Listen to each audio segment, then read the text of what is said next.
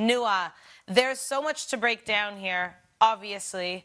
There's two sides to the story. I'm sure there's a lot that we're not hearing in the media between Mo Salah, between Liverpool, between Arne Slot, but it's not a good look right now considering the state of the club as it is already. Absolutely, and considering that Mo Salah is one of the leaders in that dressing room, so a lot is on him, on Van Dijk. They should be those players who show example to these new players, to these really young players that are coming into the squad. So I do get from the Liverpool side of things, I do get why he's out of the squad. I do get why they would punish him in a sort, continue punishing him because he hasn't been playing for 3 games now.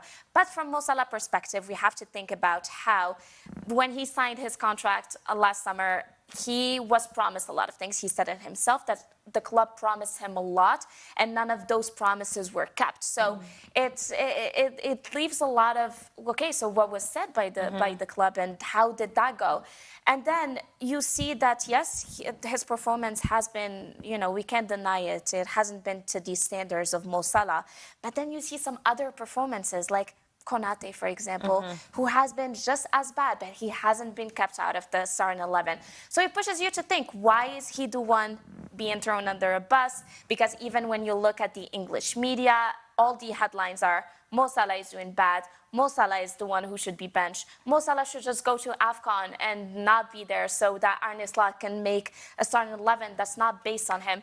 And I do get the frustration from the player who has given so much for the club. I mean, we've seen seasons where nobody in Liverpool showed up, but Mo Salah showed up. And this is how we repay a legend. I feel like, of course, there is the performance.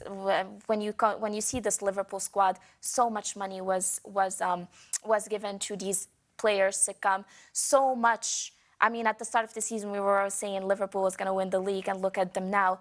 But is Mo Salah should be the one, the legend? Mo Salah shouldn't be the one who takes it all. And like he said, he shouldn't be the one being thrown under a bus. And it's really sad that his relationship with Arne Slot went from, I remember at the beginning of the year when he got the best goal scorer in the league, he said, oh, I promised Arne Slot I'm going to bring him this trophy. To see him going from that to now saying publicly too in a 7-minute interview, I don't have a good relationship with the manager anymore. It's disappointing from both sides. Wherever you try to look at it, it's really disappointing for Liverpool and Mo Salah.